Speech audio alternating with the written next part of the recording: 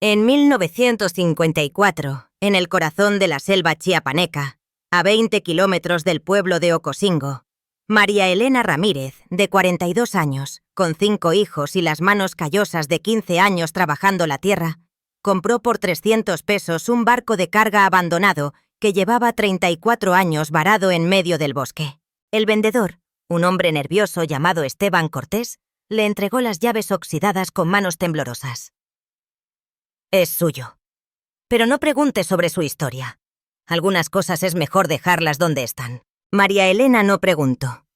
Necesitaba un techo para sus hijos después de que el patrón los echara de la finca donde Roberto había trabajado hasta su muerte 6 meses atrás. Lo que María Elena no sabía es que el Estrella del Pacífico guardaba un secreto que las autoridades de Chiapas habían ocultado durante 34 años.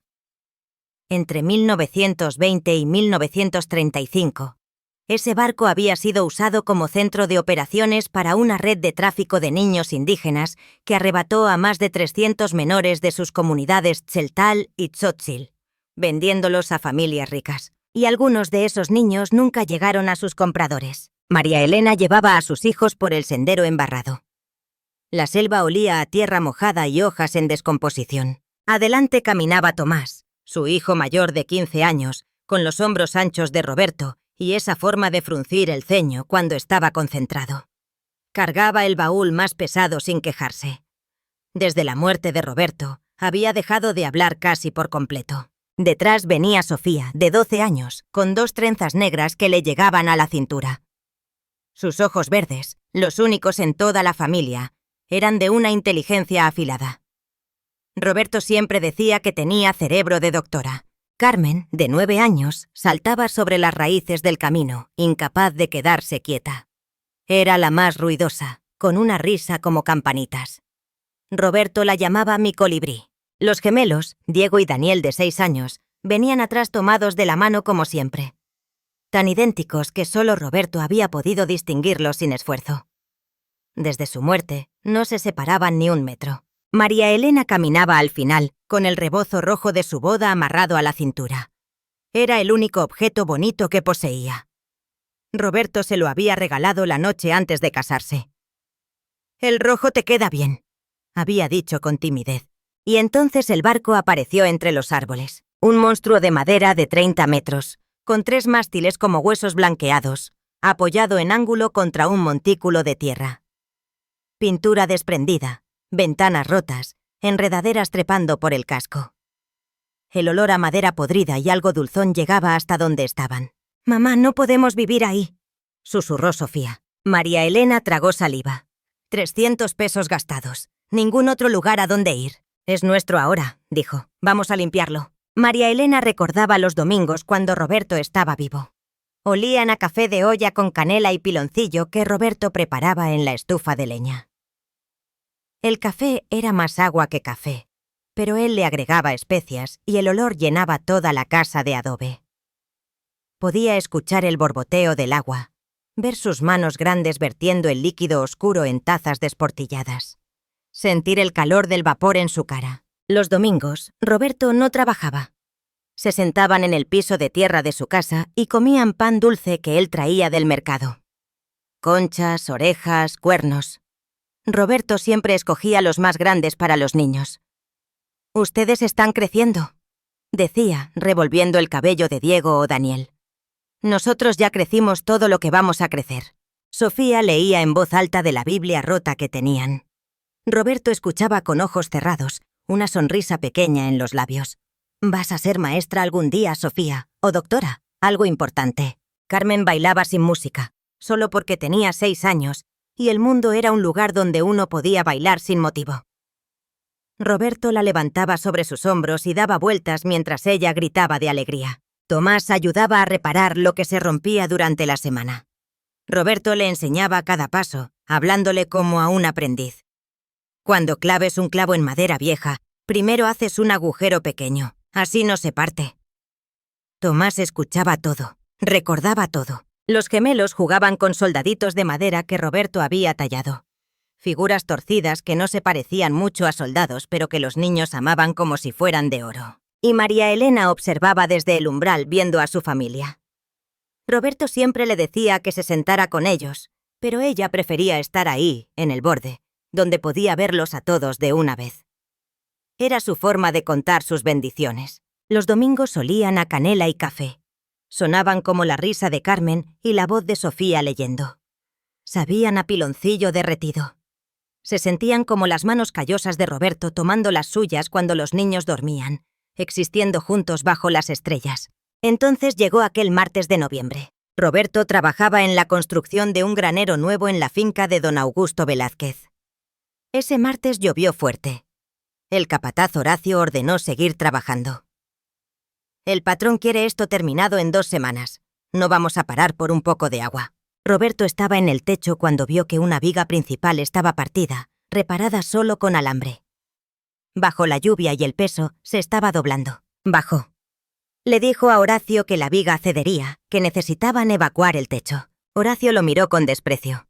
Esa viga lleva 3 días ahí. Si fuera a romperse ya se hubiera roto. Vuelve al trabajo o vete sin paga. Roberto insistió.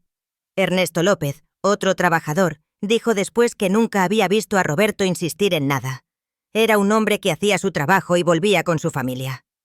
Pero ese día no dejó ir el tema. Va a matar a alguien, dijo Roberto asustado. Horacio se acercó. Le puso un dedo en el pecho. ¿Me estás diciendo cómo hacer mi trabajo? Te estoy diciendo que esa viga está rota. Y yo te estoy diciendo que vuelvas a trabajar o te largas. Roberto miró el techo. 11 hombres todavía arriba. Luego miró a Horacio. Voy a hablar con don Augusto. Eso fue su error. Nadie saltaba al capataz. Horacio sonrió. No fue una sonrisa amable. Está bien. Ve a hablar con el patrón.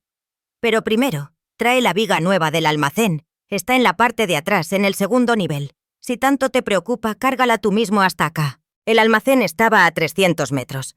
Las vigas del 2.º nivel pesaban más de 100 kilos.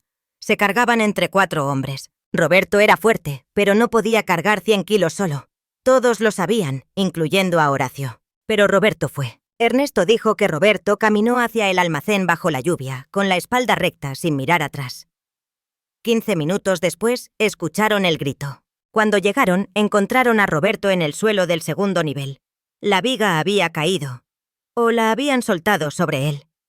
Le había golpeado la cabeza y su cráneo estaba abierto. Todavía vivía cuando lo encontraron.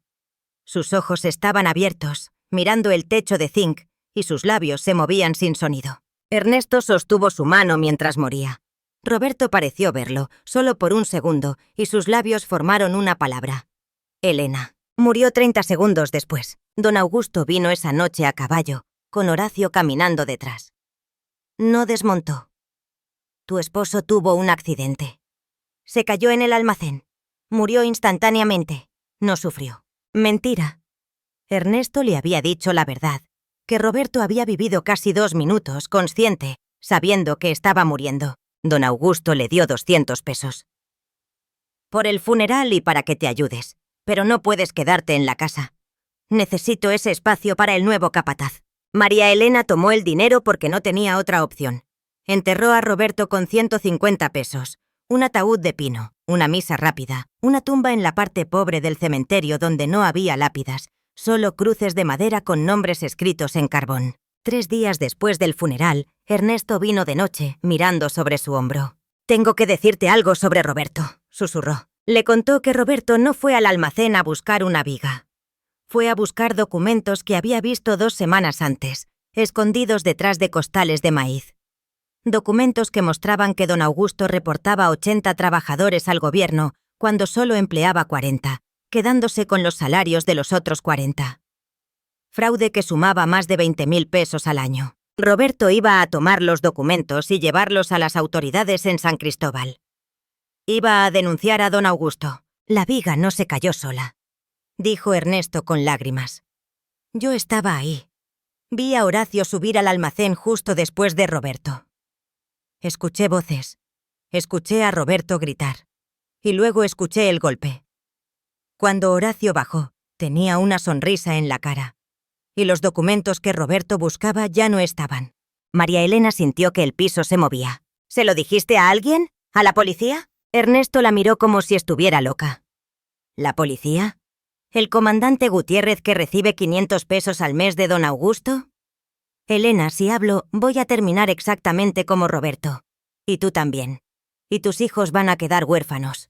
Se levantó para irse. En la puerta se detuvo. Roberto era un buen hombre, el mejor que conocí. Pero el mundo no es un lugar para hombres buenos. Es un lugar para hombres callados. Tú tienes 5 hijos. Quédate callada. Sobrevive. Y se fue. En el bolsillo del pantalón de Roberto, María Elena había encontrado su reloj. Un reloj de bolsillo barato que había comprado de segunda mano 5 años atrás. La carátula rajada, la cadena oxidada, pero funcionaba. Roberto nunca lo usaba para saber la hora, pero lo cargaba como amuleto de la suerte. El reloj se había detenido a las 2:47 p.m., la hora exacta en que Roberto murió. María Elena lo sostuvo esa noche, escuchando el silencio donde debería haber estado el tic-tac, y tomó una decisión. No iba a quedarse callada, pero tampoco iba a morir como Roberto. Iba a sobrevivir. Y algún día encontraría la verdad. Después de la muerte de Roberto, María Elena tuvo exactamente 3 opciones, y las 3 eran imposibles. La primera llegó 3 días después del funeral. Doña Beatriz Velázquez, esposa de don Augusto, una mujer delgada con perlas falsas en el cuello y un sombrero ridículamente grande, llegó en su coche negro. «Querida», dijo con voz dulce como miel envenenada. Se sentó sin invitación y sacó un sobre blanco de su bolso. «Mi esposo es un hombre generoso. Le preocupan las familias desprotegidas». Puso el sobre en la mesa. 5.000 pesos. Más dinero del que María Elena había visto en toda su vida. Suficiente para comprar una casa, para alimentar a sus hijos durante 2 años, para enviar a Sofía a la escuela. Por supuesto, este dinero viene con una pequeña condición. Mi esposo necesita que firmes estos papeles. Dicen que la muerte de Roberto fue un accidente laboral, que recibiste compensación y que no hay malentendidos sobre lo que pasó. ¿Malentendidos? Qué palabra bonita para decir, no nos acuses de asesinato. Si firmas, recibes el dinero hoy. Y mi esposo conoce a una familia en Tuxtla que necesita empleada doméstica. 50 pesos al mes más comida y techo. Podrías llevar a los niños, empezar de nuevo, olvidar todo. María Elena miró el sobre. 5.000 pesos. Miró a sus hijos fingiendo no escuchar desde la otra habitación. Si firmaba, sus hijos comerían, vivirían. Si firmaba, traicionaba a Roberto. Decía que su muerte no importaba. Necesito pensarlo. Doña Beatriz la miró sorprendida. ¿Pensarlo? Querida, te estoy ofreciendo 5.000 pesos. ¿Qué hay que pensar? Dije que necesito pensarlo. Doña Beatriz guardó el sobre con un suspiro. Tienes hasta el viernes. Después, la oferta se retira y desocupas la casa de todos modos, sin dinero, sin nada. Opción 1. Toma el dinero, vende tu silencio, traiciona a tu esposo, sobrevive. La opción 2 llegó una semana después con el padre Ignacio. Un hombre pequeño con lentes gruesos que había estado en la parroquia durante 15 años. Vino el jueves por la tarde. María Elena, he estado rezando mucho por ti. Por Roberto, por los niños. Sé que estás considerando la oferta de la familia Velázquez. Y sé que hay dudas en tu corazón sobre lo que pasó con Roberto. ¿Cómo sabía? El padre se ajustó los lentes. Ernesto vino a confesión. Me contó lo que te dijo sobre las sospechas. Ernesto había hablado. En confesión, pero había hablado. Quiero que entiendas algo, María Elena. Ernesto es un buen hombre, pero es un hombre asustado. Los hombres asustados ven conspiraciones donde solo hay tragedias. Roberto murió en un accidente. ¿Usted estaba ahí? No, pero sé esto. Si empiezas a hacer acusaciones contra don Augusto Velázquez, un hombre con dinero, poder y amigos en lugares altos, no vas a ganar. Solo vas a destruir a tu familia. Entonces, ¿qué se supone que haga? ¿Quedarme callada? Sí. Quédate callada. Acepta que no puedes cambiar lo que pasó. Enfócate en lo que puedes controlar. Tus hijos, su futuro. No tomes el dinero si te hace sentir mal. Pero tampoco busques problemas.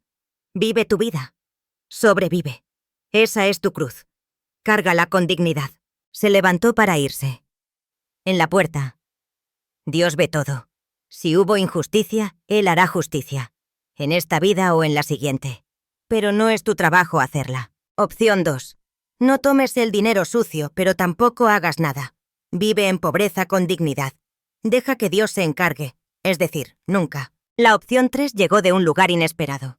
De la boca de Sofía. Era viernes por la mañana, el día del deadline. María Elena estaba sentada mirando el reloj detenido de Roberto, tratando de decidir. Sofía entró y se sentó a su lado. Tomó su mano. ¿Vas a tomar el dinero de la señora Beatriz? No lo sé. ¿Por qué no? María Elena miró a su hija. Esos ojos verdes tan inteligentes. Porque tomar ese dinero sería decir que lo que le pasó a tu papá estuvo bien. Que su vida valía 5.000 pesos y nada más. Sofía asintió lentamente. Pero si no tomas el dinero, ¿cómo vamos a comer? No lo sé. ¿Y si buscamos la verdad?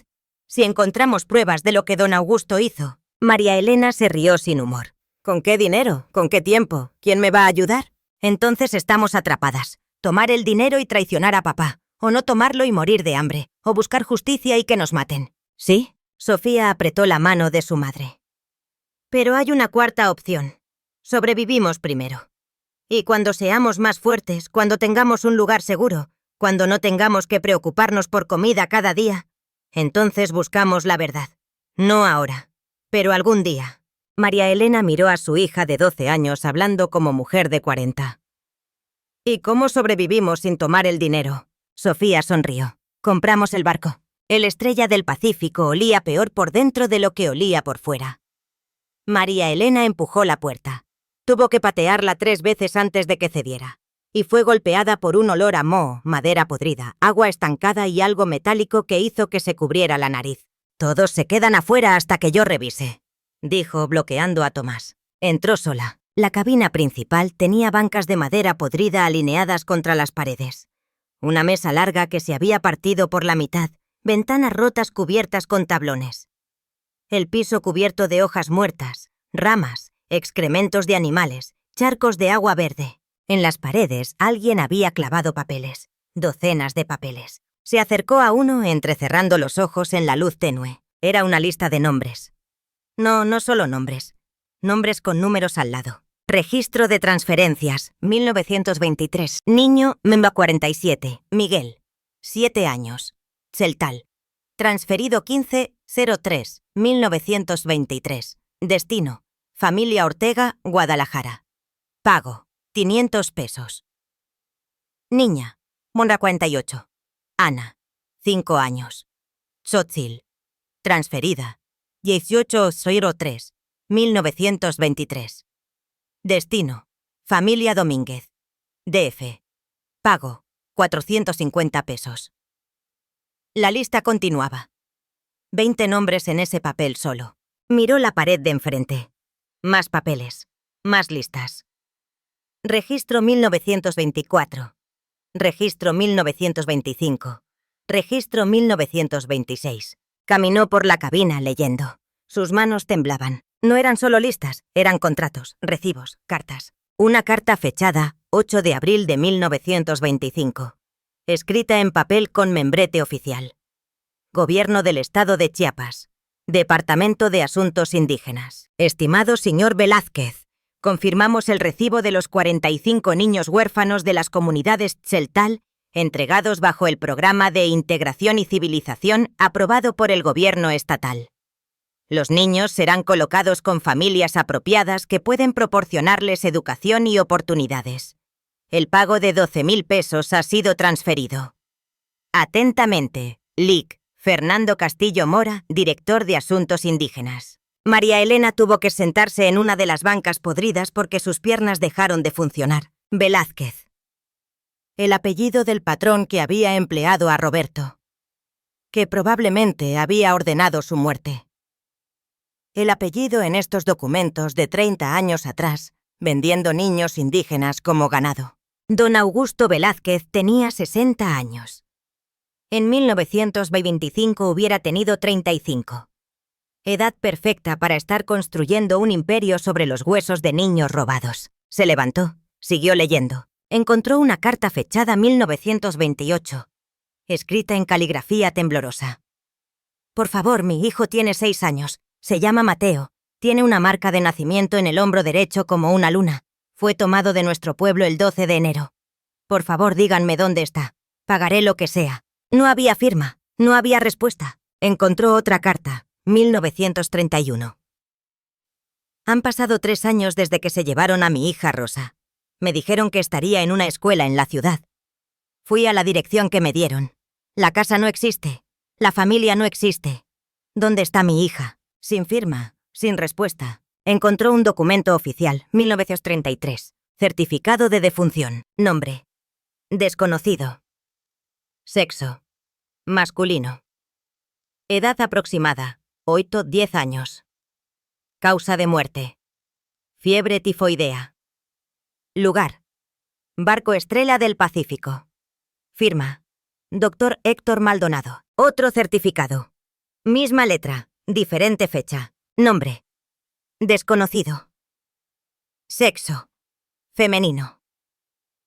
Edad aproximada: 6 años. Causa de muerte: neumonía. Lugar: barco Estrella del Pacífico. Otro. 15 certificados de defunción. Todos niños.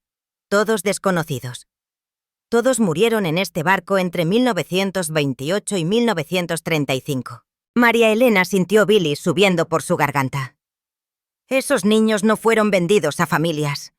Murieron antes de poder ser vendidos. Los dejaron morir aquí, en este barco. Corrió hacia la puerta, llenando sus pulmones con aire de la selva. Tomás estaba ahí con ojos anchos. «Mamá, ¿qué pasó?» No podía hablar. Se sentó en el suelo afuera del barco, cabeza entre las rodillas, tratando de no vomitar. Sofía se arrodilló a su lado. «Mamá, ¿qué viste?» María Elena levantó la cabeza. Miró a sus 5 hijos parados alrededor de ella, asustados, confundidos. Hay documentos ahí dentro. Documentos sobre cosas muy malas que pasaron hace mucho tiempo. Niños que fueron robados de sus familias, algunos que murieron, que... Carmen empezó a llorar. Los gemelos la abrazaron. «¿Quién hizo eso?», preguntó Tomás, voz peligrosa. María Elena tragó saliva.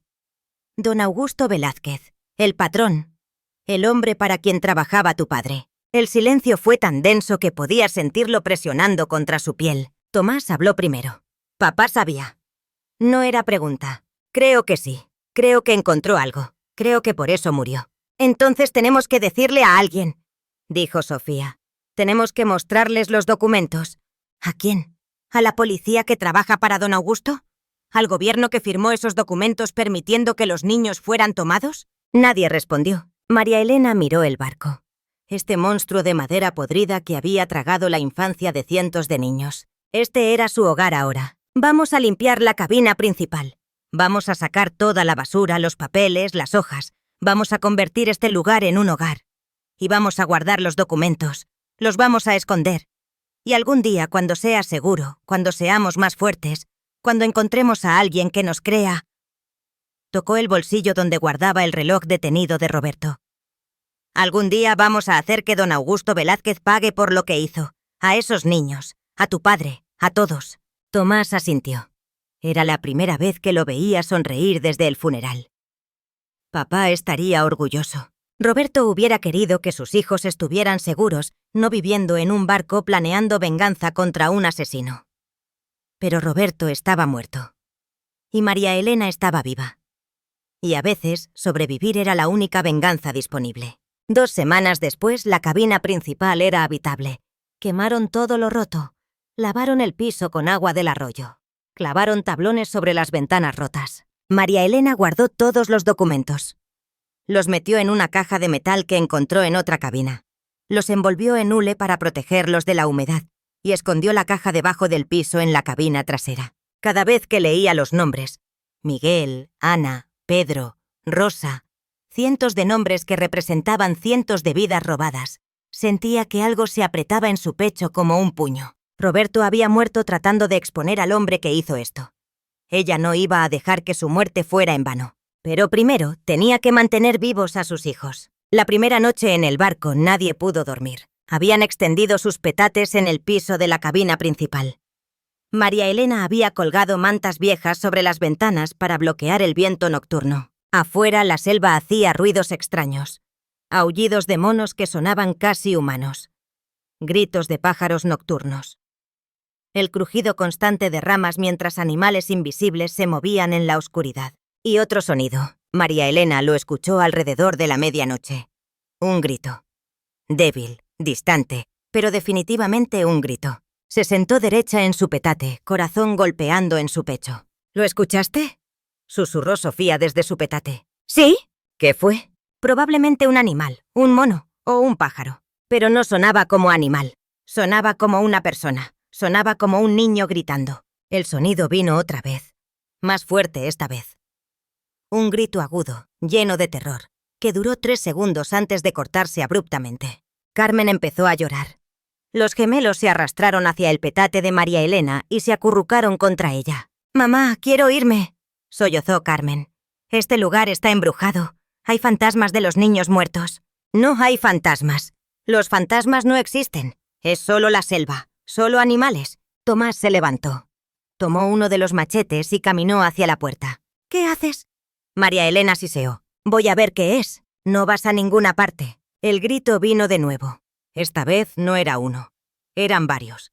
3, 4, 5 voces diferentes. Todas gritando al mismo tiempo, todas sonando como niños, todas llenas de pánico y dolor. Y luego silencio. Silencio tan completo que María Elena podía escuchar su propia sangre corriendo en sus oídos. Nadie se movió durante el resto de la noche.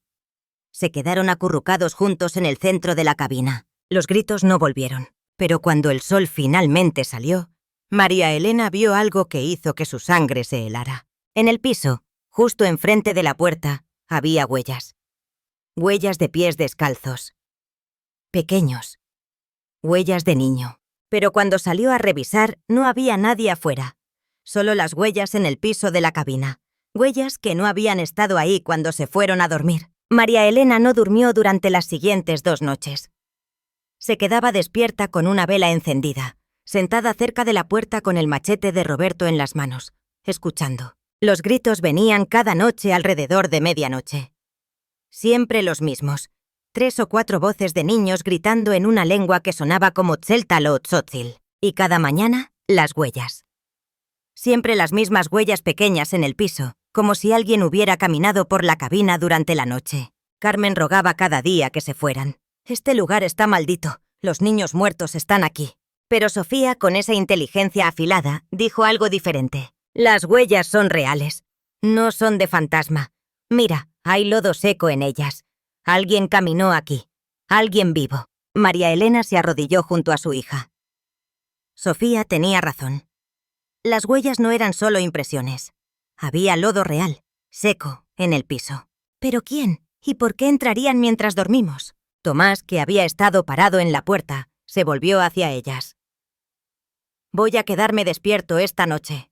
Voy a esconderme. Y cuando sea que esté haciendo esto, venga, lo voy a atrapar». María Elena miró los ojos de su hijo. Esos ojos de Roberto llenos de determinación. «Está bien. Pero no solo. Yo me quedo contigo». Esa noche, María Elena y Tomás se escondieron en la cabina pequeña de atrás. Dejaron la puerta entreabierta apenas lo suficiente para poder ver la cabina principal donde el resto de los niños dormían. Sofía sabía el plan. Los gemelos y Carmen no dormirían mejor sin saberlo. Medianoche llegó. Los gritos comenzaron, pero esta vez, con María Elena despierta y escuchando cuidadosamente, se dio cuenta de algo. Los gritos no venían de afuera del barco. Venían de adentro, de abajo. Del nivel inferior del barco, debajo de la cabina principal. Agarró el brazo de Tomás y señaló hacia abajo.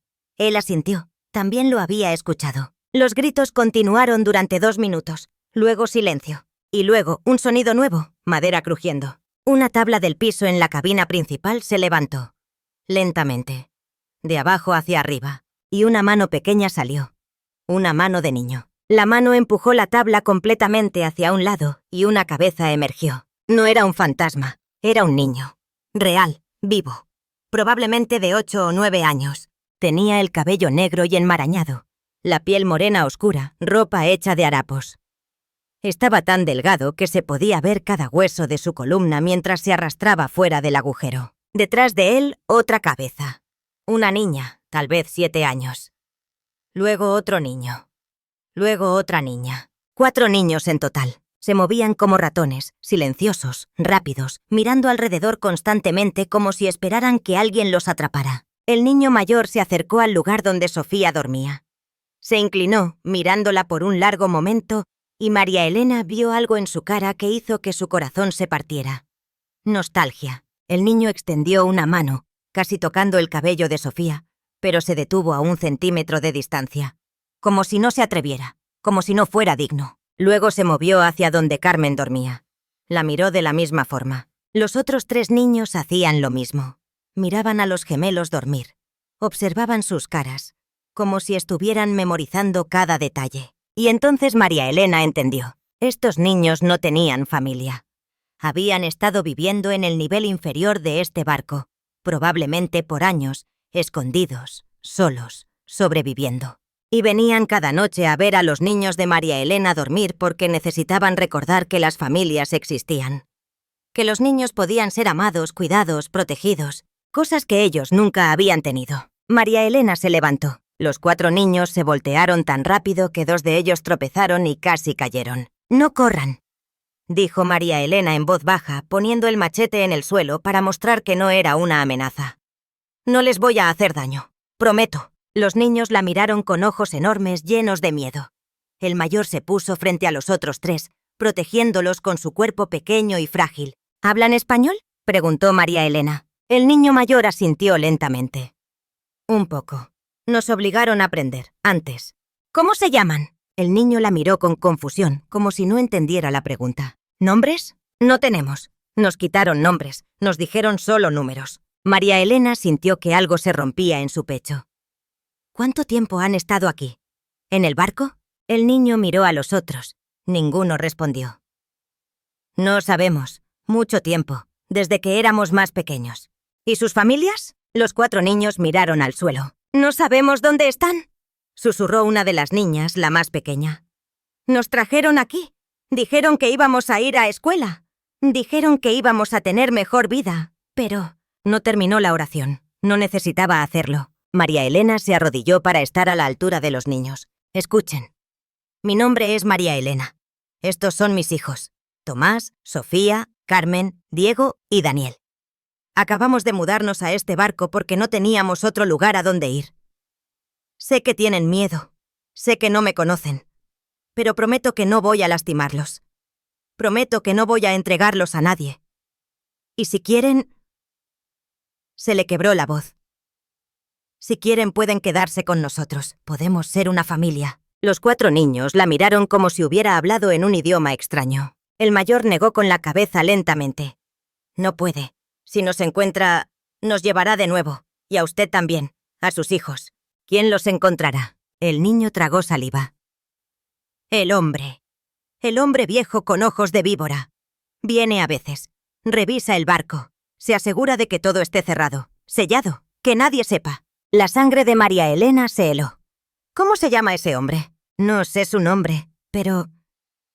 El niño señaló uno de los documentos que María Elena todavía no había guardado. «Su nombre está en los papeles. Siempre el mismo nombre». María Elena se levantó y caminó hacia el documento. Lo arrancó de la pared y lo leyó a la luz de la vela. «Contrato de transferencia. Firmado por Augusto Velázquez Márquez. Cargo: Director de Operaciones. Fecha: 12 de agosto de 1934. Augusto Velázquez. El mismo hombre que había empleado a Roberto. El mismo hombre que probablemente había ordenado su muerte. El mismo hombre que había vendido a cientos de niños como ganado. Y todavía venía a este barco. Todavía revisaba que su crimen estuviera bien escondido. Lo que significaba que sabía que había niños viviendo aquí. Y no le importaba. O peor, quería que se quedaran escondidos. Testigos vivos enterrados donde nadie los encontraría nunca. María Elena sintió rabia. Pura, caliente, incandescente rabia. ¿Cuándo fue la última vez que vino? Hace 2 lunas. Viene cada 2 o 3 lunas. 2 lunas. 2 meses.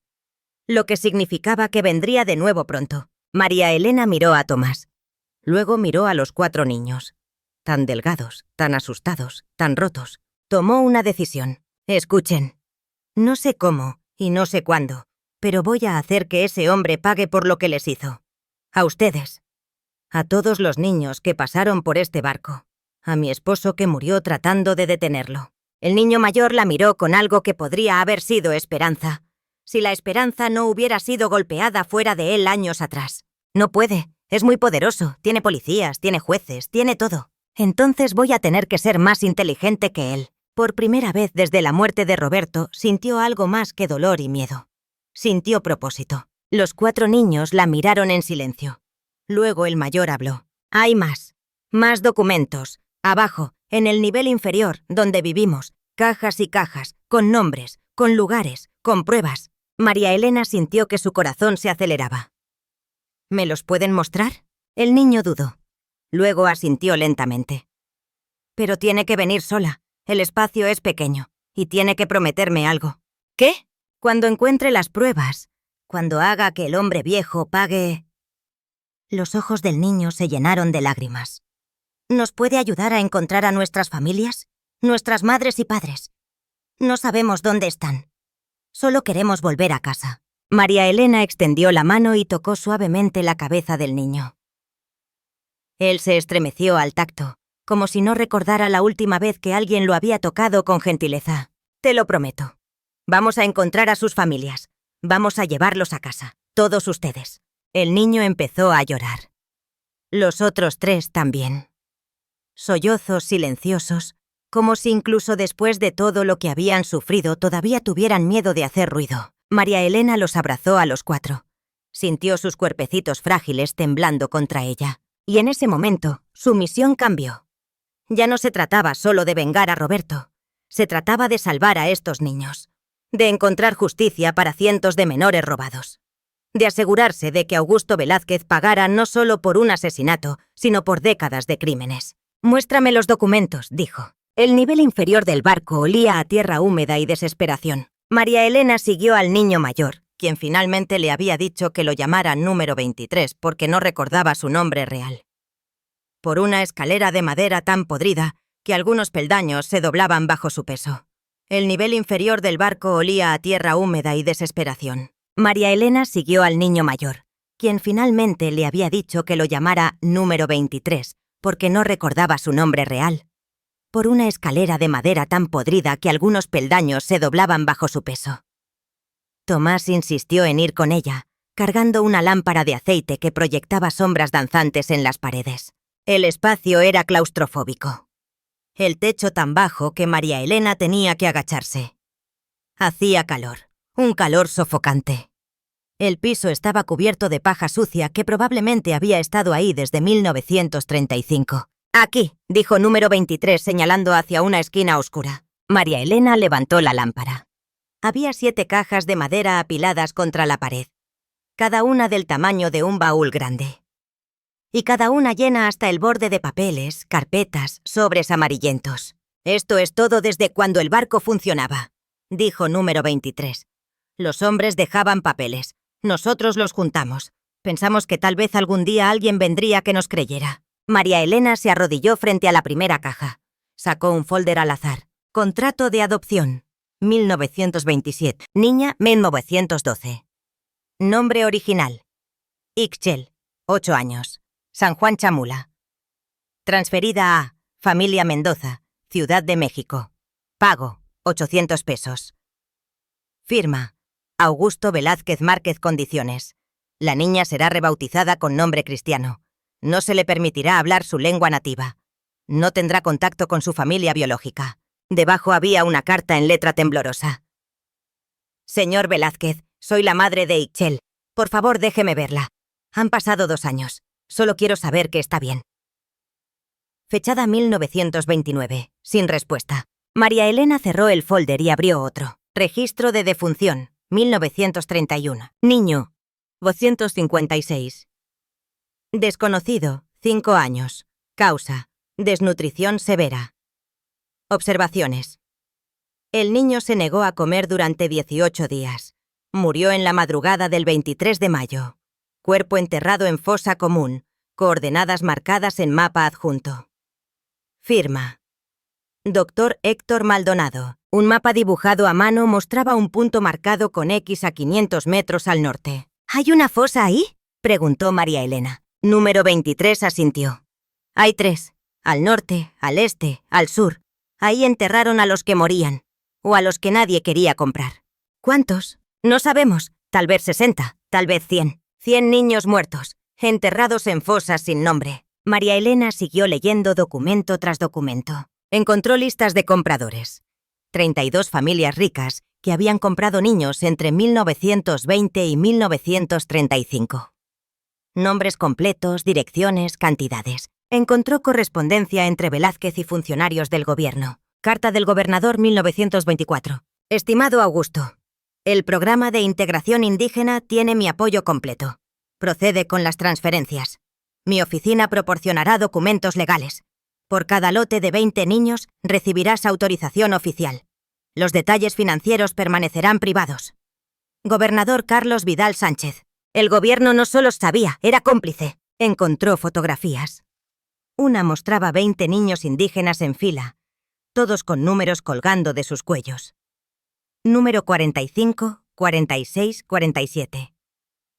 Hasta 64. Niños entre 4 y 10 años. Algunos lloraban. Ninguno sonreía. Detrás un hombre de traje con bigote grueso. Augusto Velázquez, 30 años más joven. Otra fotografía mostraba el interior del barco en 1926. Literas de madera apiladas 3 niveles de alto, tan estrechas que apenas cabía un niño. Al menos 40 literas. Condiciones peores que una prisión. Tomás había estado revisando otra caja. Sacó un libro grande con portada de cuero. Era un registro contable. Libro de cuentas. Operación Estrella del Pacífico, 1920-1935. Columnas meticulosas. Fecha, nombre, número, comunidad, edad, precio de venta, comprador, comisión a autoridades, ganancia neta. Ganancia total 1920-1935. 847 más 500 pesos. Casi 1 millón de pesos. En la última página, una nota con tinta negra. Operación suspendida junio 1935. Razón. Nuevo gobierno federal muestra interés en asuntos indígenas. Presidente Cárdenas envió inspectores. Riesgo alto. Registros trasladados al barco para almacenamiento. Continuar cuando clima político mejore. ABM. Había planeado reanudar algún día. María Elena miró a número 23. Dijiste que los hombres seguían trayendo niños después de 1935. ¿Hasta cuándo? El último niño llegó hace 2 años. Una niña. Tenía 3 años. Lloraba mucho. Luego se enfermó. Murió. 17 años después de la supuesta suspensión. María Elena se sentó, rodeada de evidencia de uno de los crímenes más atroces imaginables. Tenía pruebas que podían destruir a Velázquez, exponer a familias ricas, implicar a funcionarios. Pero, ¿a quién mostrárselas? La policía local trabajaba para Velázquez. El gobierno estatal había sido cómplice. Las familias compradoras tenían poder. Y ella era una viuda pobre con 5 hijos. «Mamá, podemos llevar esto a San Cristóbal», dijo Tomás. «Debe haber alguien que no esté comprado por Velázquez». Tu padre intentó exponer a ese hombre por robar salarios. Lo mataron. Esto es 1000 veces peor. Número 23 la miraba. ¿Entonces no va a hacer nada? No. Voy a hacer algo. Pero voy a hacerlo bien. Voy a ser inteligente. Voy a encontrar la forma de protegerlos y de exponer a ese monstruo. ¿Cómo? María Elena tocó el reloj de Roberto. Todavía no lo sé, pero voy a averiguarlo. Durante los siguientes 10 días, María Elena desarrolló un plan. Primero ganó la confianza de los 4 niños. Les dio comida real, tortillas, frijoles, arroz. La primera vez que comieron comida caliente, los 4 lloraron. Enseñó a sus 5 hijos a tratar a los otros 4 como hermanos. Sofía empezó a enseñarles a leer. Carmen jugaba con ellos. Los gemelos compartían sus soldaditos. Tomás les enseñó a pescar. Lentamente los 4 niños empezaron a sonreír, a confiar. Número 23. Finalmente recordó su nombre real. Mateo. La niña de 7 se llamaba Lupita. Los otros 2 todavía no recordaban, así que los llamaron Pedro y Rosa. Segundo, María Elena organizó los documentos. Pasó horas cada noche seleccionando los más importantes. 30 contratos con firmas de Velázquez, 20 cartas de madres buscando hijos, 15 certificados de defunción, el libro de cuentas completo, 10 fotografías, 5 cartas de funcionarios. Los metió todo en una mochila de lona que podía cargar fácilmente. Tercero, hizo copias. Copió a mano la información más importante en cuadernos. Nombres de víctimas, compradores, fechas, cantidades, ubicaciones de fosas. Hizo 3 copias completas. Escondió una en el bosque bajo un árbol marcado. Otra dentro del colchón de paja. La tercera con los documentos originales. Si alguien encontraba y destruía una, tendría las otras. Cuarto, necesitaba un aliado. Alguien fuera del alcance de Velázquez. Alguien con poder. Sofía tuvo una idea. «Mamá, ¿recuerdas al primo de papá, el que se fue a la Ciudad de México? ¿Martín?» «Sí. Papá decía que trabajaba en una oficina del gobierno federal, algo sobre derechos». María Elena recordó vagamente. Martín Soto, primo segundo de Roberto. La última vez que lo vio fue hace 5 años, en el funeral de la madre de Roberto. Martín había llegado con traje hablando de su trabajo en la secretaría de algo. ¿Crees que podría ayudar? Porque era familia de papá, porque es lo correcto. Está bien, voy a escribirle una carta. La carta tomó 3 días. La reescribió 7 veces. Estimado Martín, no sé si recuerdas a María Elena, esposa de tu primo Roberto Soto. Nos vimos por última vez en el funeral de tu tía, hace 5 años. Te escribo porque Roberto murió hace 6 meses en un accidente que creo no fue accidente. He encontrado evidencia de un crimen que ha estado ocurriendo durante 30 años en Chiapas. Tráfico de niños indígenas. Más de 300 menores robados y vendidos. Docenas murieron, enterrados en fosas sin nombre. Tengo documentos, contratos con firmas, fotografías, registros contables, cartas de funcionarios del gobierno estatal aprobando la operación. El responsable es rico, poderoso, con conexiones con policía local y autoridades estatales. Necesito ayuda de alguien fuera de Chiapas. Roberto me dijo que trabajabas en alguna oficina en la capital relacionada con derechos. Tengo 5 hijos que proteger. No puedo viajar a la capital, pero puedo enviarte copias de documentos si me das una dirección segura. Por favor, Martín. Por Roberto. Por los 300 niños que merecen justicia. María Elena Ramírez, viuda de Soto, región de Ocosingo, Chiapas. ¿Cómo enviarla? No podía ir al correo de Ocosingo. Velázquez tendría informantes. Tomás se ofreció a llevarla a San Cristóbal, 2 días de camino. Puedo enviarla desde ahí. Nadie me conoce. María Elena quiso decir no, que era peligroso. Pero Roberto había muerto a los 32 defendiendo lo correcto. Está bien, pero vas y vuelves directo, sin hablar con nadie. Al día siguiente, Tomás partió con la carta, 10 pesos, y el reloj de Roberto. Mientras Tomás estaba fuera, algo cambió todo. Era el 10º día. María Elena lavaba ropa en el arroyo con Sofía y Carmen cuando escuchó gritos desde el barco. Mateo estaba en la entrada señalando hacia el sendero. «¡Viene alguien! ¡Un hombre en caballo!». El corazón de María Elena se detuvo. «Rápido, los 4, vayan abajo. Escondan todo, no hagan ruido». Mateo, Lupita, Pedro y Rosa desaparecieron. María Elena cerró la trampilla. «Sofía, Carmen, los gemelos actúen normal, estamos limpiando». El sonido de cascos se acercaba. El jinete apareció entre los árboles. Un hombre de unos 60 años, bien vestido con traje oscuro. Cabello gris peinado hacia atrás. Bigote grueso. Ojos fríos como vidrio. Era la misma cara de las fotografías de 1926. Augusto Velázquez. María Elena sintió que la sangre se le helaba, pero forzó una sonrisa. «Buenos días, señor. ¿Puedo ayudarlo?». Velázquez desmontó. La miró con desprecio. «¿Quién eres? ¿Y qué haces en mi propiedad?». «¿Su propiedad? Este barco es mío. Lo compré hace 3 semanas a Esteban Cortés. Tengo los papeles». Algo parpadeó en los ojos de Velázquez. Sorpresa. Luego rabia. Esteban no tenía derecho a vender esto. Yo le pagué para que lo vigilara, no para que lo vendiera a la primera india que pasara. «India», lo dijo como insulto. «Tengo un contrato legal, señor. Pagué 300 pesos. Si tiene problema, puede hablar con un juez». Velázquez se rió. «¿Un juez?». «Querida, yo conozco a todos los jueces de Chiapas. Te voy a hacer una oferta. Te doy 500 pesos, casi el doble, y te vas hoy. Tomas a tus mocosos y desapareces». «¿Por qué querría hacer eso?». «Acabamos de limpiar. Es nuestro hogar ahora». Los ojos de Velázquez se entrecerraron. «Este lugar no es hogar para nadie. Está podrido, peligroso. Podría colapsar y matar a toda tu familia». Era una amenaza apenas velada. «Entiendo los riesgos. Pero no tenemos otro lugar. Velázquez caminó hacia el barco. Voy a echar un vistazo, asegurarme de que no han dañado nada importante. El corazón de María Elena latía tan fuerte que estaba segura de que él podía escucharlo. Si bajaba al nivel inferior, si encontraba a los niños, si veía las cajas... Por supuesto, señor. Pero le advierto, el nivel inferior está muy peligroso. Algunas tablas completamente podridas. No querría que se lastimara. Velázquez se detuvo en la entrada. La miró con sospecha. ¿Has bajado ahí? Una vez, para revisar.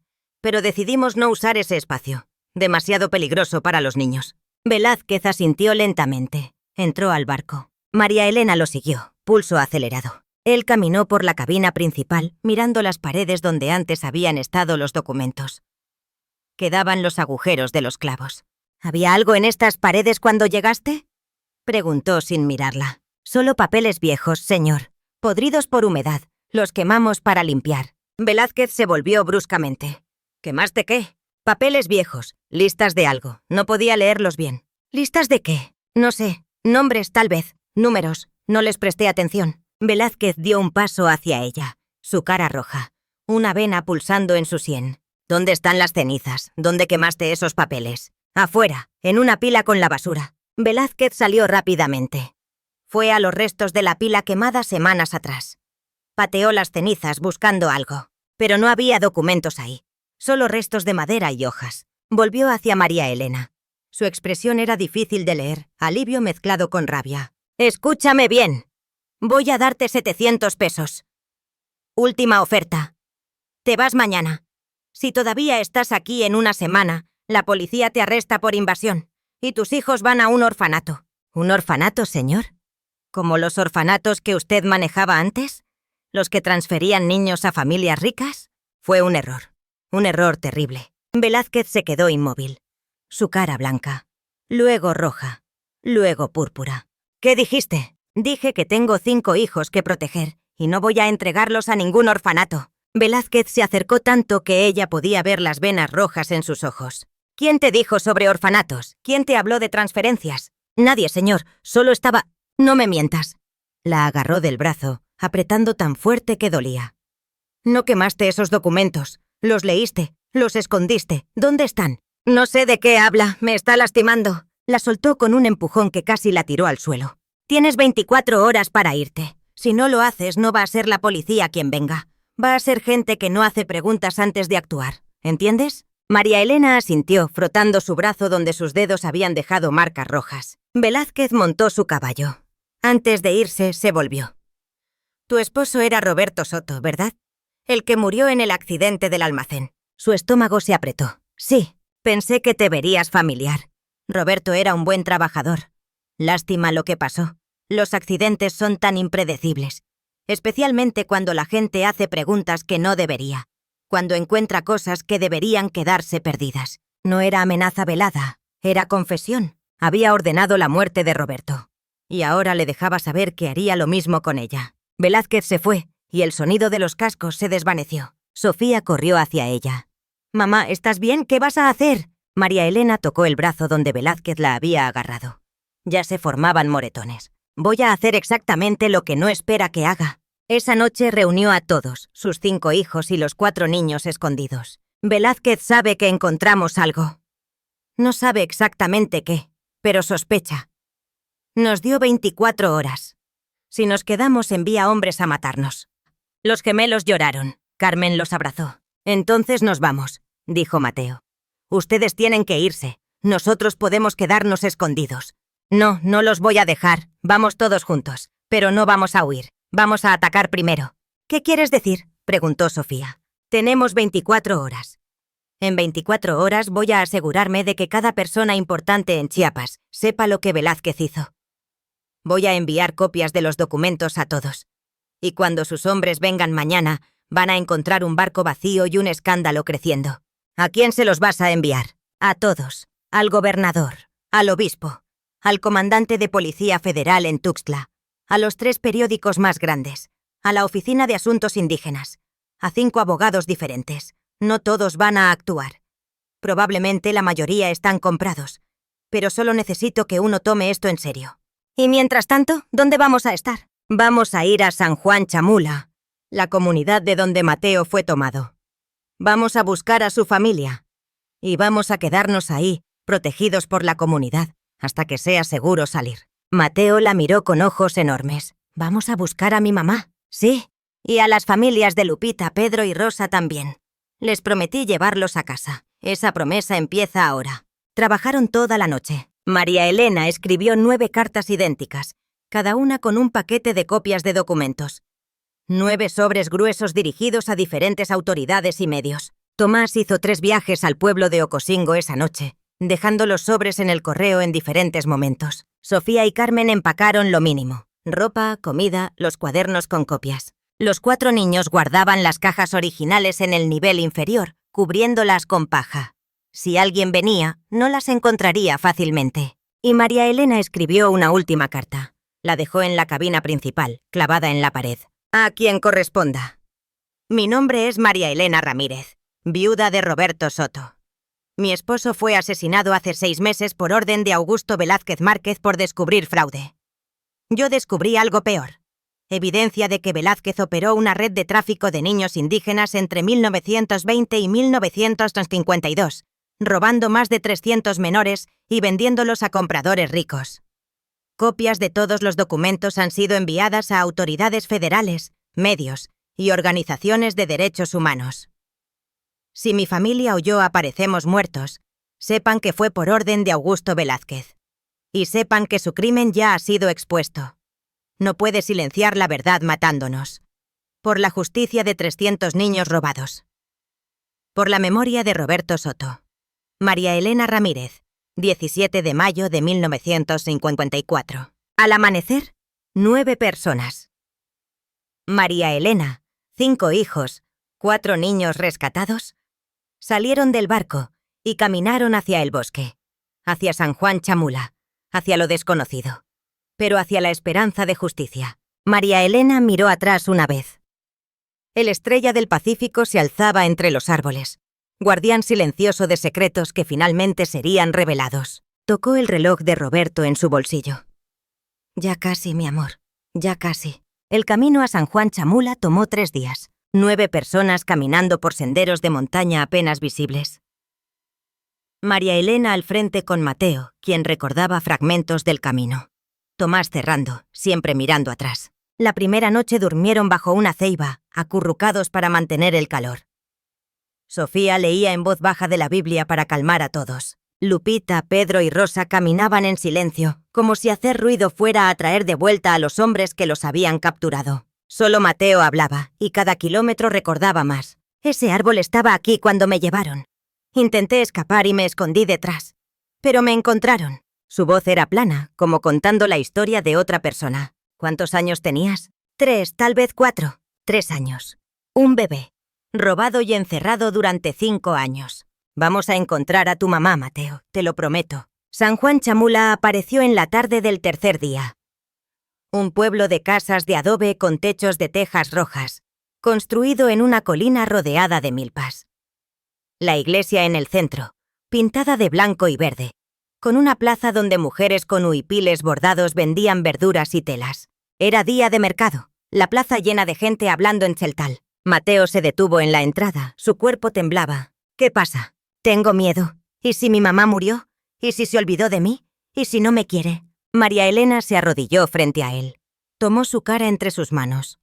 Tu mamá nunca te olvidó. Las madres nunca olvidan.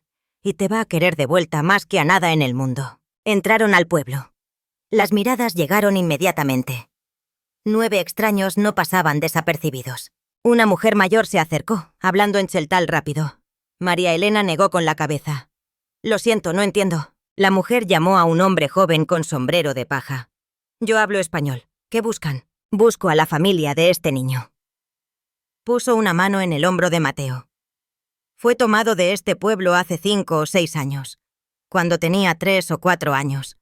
No recuerda su apellido, pero su nombre es Mateo. Tiene una marca de nacimiento en el hombro derecho como una luna. El hombre tradujo rápidamente. Varias personas se acercaron, hablando todas al mismo tiempo. Una mujer en la multitud gritó algo. La multitud se abrió, y entonces María Elena la vio. Una mujer de tal vez 35 años, delgada hasta los huesos, con cabello negro trenzado y ojos que habían llorado tantas lágrimas que parecían permanentemente hinchados. Llevaba un huipil bordado con lunas por todas partes, docenas de ellas. La mujer se detuvo a 3 metros de Mateo. Lo miró. Él la miró. Nadie se movió. «Mateo», susurró la mujer en español quebrado. «¿Eres tú? ¿Mi Mateo?» El niño no respondió, solo se quedó parado, temblando. La mujer dio un paso adelante. «¿Tienes marca?» «En hombro, como luna. ¿Puedo ver?» Mateo miró a María Elena. Ella asintió. Lentamente el niño se bajó la camisa. Ahí, visible a distancia, había una marca de nacimiento oscura en forma de media luna. La mujer cayó de rodillas. Un gemido salió de su garganta que no sonaba humano. Era el sonido de 6 años de dolor, esperanza, desesperación, todo saliendo al mismo tiempo. «Mi niño, mi Mateo, mi bebé». Mateo corrió. Corrió hacia ella y se lanzó a sus brazos, y los dos cayeron al suelo, abrazados, llorando, repitiendo palabras en tzeltal. Era el sonido de una madre recuperando a su hijo. La plaza entera estalló. Mujeres llorando, hombres limpiándose los ojos. El hombre joven que hablaba español se volvió hacia María Elena con lágrimas. ¿Sabe cuántos niños fueron tomados de este pueblo? No exactamente, pero tengo listas, nombres. 42 niños en 10 años. Hombres vinieron con papeles del gobierno diciendo que los niños irían a escuelas. Los padres firmaron papeles que no podían leer. Los niños nunca volvieron. Tengo los nombres de 30 familias que compraron niños. Y tengo las ubicaciones de 3 fosas donde enterraron a los que murieron. El hombre tradujo. El silencio fue tan profundo que María Elena podía escuchar el viento. Entonces una mujer gritó. «¡Mi hijo! ¿Está en las listas? Santiago, tenía 7 años». Otra. «¡Mi hija Ana!». Otra. «Mis gemelos, Pedro y Juan». En segundos, María Elena estaba rodeada. Sacó el cuaderno donde había copiado los registros. «Voy a leer los nombres que tengo». Empezó a leer. Uno por uno. 312 nombres. Para cada nombre había una historia. Una madre que había buscado durante años. Un padre que había caminado a la Ciudad de México 3 veces. Una abuela que había muerto esperando. De los 312 nombres, 82 eran de San Juan Chamula. Y de esos 82, solo 4 habían sido encontrados vivos. Mateo, Lupita, Pedro y Rosa. Los otros 78 estaban en las listas de vendidos o en los certificados de defunción. María Elena pasó 3 horas leyendo nombres, mostrando copias de documentos, respondiendo preguntas. Lupita fue reclamada por su abuela. Su madre había muerto 2 años atrás de tristeza. La abuela lloraba mientras abrazaba a la niña. Pedro y Rosa no tuvieron tanta suerte. Sus familias no estaban en San Juan Chamula. Venían de otros pueblos. Buscarlos tomaría semanas. Pero el líder del pueblo, un hombre mayor con cara curtida por el sol, habló en español lento pero claro. «Estos niños se quedan aquí hasta que encontremos a sus familias. San Juan Chamula los protegerá. Y usted también se queda. Es peligroso volver. El hombre que hizo esto querrá matarla». María Elena negó con la cabeza. «No puedo quedarme. Tengo que volver. Envié cartas a autoridades y periódicos. Si hay alguna respuesta, llegarán al barco buscándome. Entonces algunos de nuestros hombres irán con usted, para protegerla». «No quiero poner a más gente en peligro». El hombre la miró con respeto. «Usted devolvió a nuestros niños. Nos dio nombres de los que murieron para que podamos llorarlos. Nos dio evidencia para buscar justicia. No está sola. San Juan Chamula pelea con usted». 6 hombres del pueblo regresaron con María Elena y sus 5 hijos. Hombres fuertes con machetes y determinación silenciosa. El viaje de regreso tomó 2 días. Cuando llegaron al barco, encontraron destrucción. La puerta arrancada. Las ventanas destrozadas. Todo lo que habían dejado estaba esparcido y roto. Alguien había bajado al nivel inferior. Las cajas de documentos abiertas, papeles tirados. Buscaban algo específico. Pero María Elena había sido inteligente. Las cajas contenían solo copias y documentos menos importantes. Los originales más valiosos estaban en la mochila que había llevado. En la pared, alguien había escrito con carbón: «Perra entrometida, ya estás muerta, tú y tus bastardos». Sofía se puso pálida. Tomás apretó los puños, pero María Elena sonrió. «Está asustado. Si no estuviera asustado, ya estaríamos muertos. El hecho de que solo dejó un mensaje significa que no sabe qué hacer. Que mis cartas ya llegaron a alguien importante. Uno de los hombres de San Juan Chamula gritó desde afuera: «¡Alguien viene! ¡A caballo!». El corazón de María Elena latía rápido, pero su mente estaba clara. El jinete apareció entre los árboles. No era Velázquez. Era un hombre joven, tal vez 30 años, con traje y corbata, montando un caballo torpemente. Desmontó. Sacó un pañuelo y se limpió el sudor. «¿María Elena Ramírez? Soy yo». El hombre sacó un sobre de su chaqueta. «Mi nombre es Martín Soto, primo segundo de Roberto. Recibí su carta hace 5 días». María Elena sintió que las rodillas se le debilitaban. Martín había venido. ¿Y? Martín miró alrededor. A los 6 hombres con machetes, al barco destrozado, al mensaje amenazante. «Trabajo en la Comisión Nacional de Derechos Indígenas en la Ciudad de México». Cuando leí su carta pensé que era imposible. Pero mostré los documentos a mi superior. Él los mostró al secretario. El secretario los mostró al presidente. María Elena dejó de respirar. ¿El presidente de la República? El presidente Adolfo Ruiz Cortines personalmente ordenó una investigación federal, no a través del gobierno de Chiapas. Ellos están comprometidos. Directamente desde la capital. Agentes federales llegarán en 3 días. Pero... Miró el mensaje en la pared. No creo que tenga 3 días. Por eso vine adelante. Para sacarla antes de que Velázquez haga su próximo movimiento. Como invocado, el sonido de muchos caballos llegó desde el bosque. Los 6 hombres levantaron sus machetes. Martín se puso pálido. ¿Cuántos hombres tiene Velázquez? ¡Suficientes! 10 jinetes emergieron. No eran trabajadores, eran pistoleros, hombres con cicatrices, revólveres, ojos muertos. Al frente venía Augusto Velázquez con una escopeta cruzada sobre su silla. Se detuvo a 20 metros. Miró a María Elena, luego a Martín, luego a los 6 indígenas. ¡Qué conmovedor! La viuda entrometida ha hecho amigos. «Don Augusto», dijo Martín, voz temblando pero firme. «Soy representante oficial del gobierno federal. Cualquier acción violenta contra estas personas será considerada agresión contra la Federación». Velázquez se rió. ¿Arrestado? ¿Por quién? ¿Por el comandante Gutiérrez que ha comido en mi mesa durante 20 años? Por agentes federales que llegarán en 3 días con órdenes directas del presidente Ruiz Cortines. El humor desapareció de la cara de Velázquez. ¿El presidente? Recibió copias completas de todos los documentos. Contratos, fotografías, el libro de cuentas, todo. Velázquez miró a María Elena con odio puro. «Perra estúpida, ¿crees que documentos de hace 30 años importan?» «No los estaba salvando», dijo María Elena. «Los estaba vendiendo. Por 850.000 pesos. Y cuando no podía venderlos, los dejaba morir. 62 niños murieron en este barco. Eso no es salvación.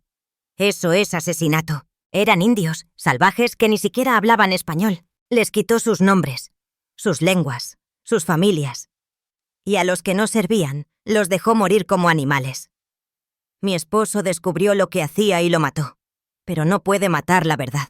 Velázquez levantó la escopeta. Los 6 hombres de San Juan Chamula se movieron frente a María Elena. Martín levantó las manos. «Don Augusto, por favor, piense. El presidente ya sabe. Los agentes ya vienen. Matarnos no cambiará nada. No, pero me hará sentir mejor». Su dedo se movió hacia el gatillo. Y entonces un grito vino desde el bosque. «¡Alto! ¡Policía Federal!». 20 hombres a caballo emergieron desde 3 direcciones rodeándolos. Uniformes federales. Rifles. Al frente, un hombre con rango de comandante. Augusto Velázquez Márquez está bajo arresto por tráfico humano, asesinato y conspiración. Baje el arma. Velázquez miró alrededor. Estaba rodeado. Sus 10 pistoleros no tenían oportunidad contra 20 agentes federales. Lentamente bajó la escopeta. «Esto es un error. Soy amigo personal del gobernador. El gobernador Carlos Vidal también está siendo arrestado en este momento», dijo el comandante, junto con el juez Fernando Ríos, el doctor Héctor Maldonado y otros 12 funcionarios. Tenemos órdenes de arresto para 32 personas. Velázquez miró a María Elena. En sus ojos, ella vio algo que nunca pensó que vería. Miedo. «¿Cómo? ¿Cómo lo hiciste?» María Elena tocó el reloj de Roberto en su bolsillo. «Mi esposo me enseñó que algunas cosas valen más que la vida. La verdad, la justicia, la dignidad. Usted le quitó su vida, pero no pudo quitarle su legado. 2 agentes bajaron a Velázquez de su caballo. Le pusieron grilletes. Mientras lo llevaban, se volvió una última vez. «No va a durar. Tengo abogados. Tengo dinero. En 1 año estaré libre». María Elena no respondió. Solo lo miró hasta que desapareció. El comandante se acercó. «Señora Ramírez, necesito que venga a la capital a dar testimonio formal. También necesitamos todos los documentos originales». «¿Cuánto tiempo tomará el juicio?» «Años, probablemente. Estos casos son complicados. Velázquez tiene dinero para buenos abogados. Pero con la evidencia que proporcionó, al menos algunos irán a prisión. Y las familias de las víctimas finalmente sabrán la verdad. Algunos, no todos, justicia parcial, no completa. Pero era más de lo que había esperado. El juicio de Augusto Velázquez Márquez tomó 8 años. De los 32 acusados originales, solo 7 fueron a prisión. Augusto Velázquez recibió 25 años. Murió en prisión de un infarto 4 años después, a los 69. Nunca mostró remordimiento. El exgobernador Carlos Vidal recibió 15 años. Salió en 7. Murió rico en su hacienda. El doctor Héctor Maldonado recibió 10 años. Perdió su licencia médica. Los otros 4 recibieron sentencias menores. Todos salieron temprano. 25 cómplices nunca fueron procesados. Murieron, huyeron o tenían conexiones suficientemente poderosas. De las 32 familias compradoras, ninguna fue procesada. Los abogados argumentaron que habían actuado de buena fe. Fue una victoria, pero fue amarga. María Elena nunca regresó al barco. Se quedó en San Juan Chamula con sus 5 hijos.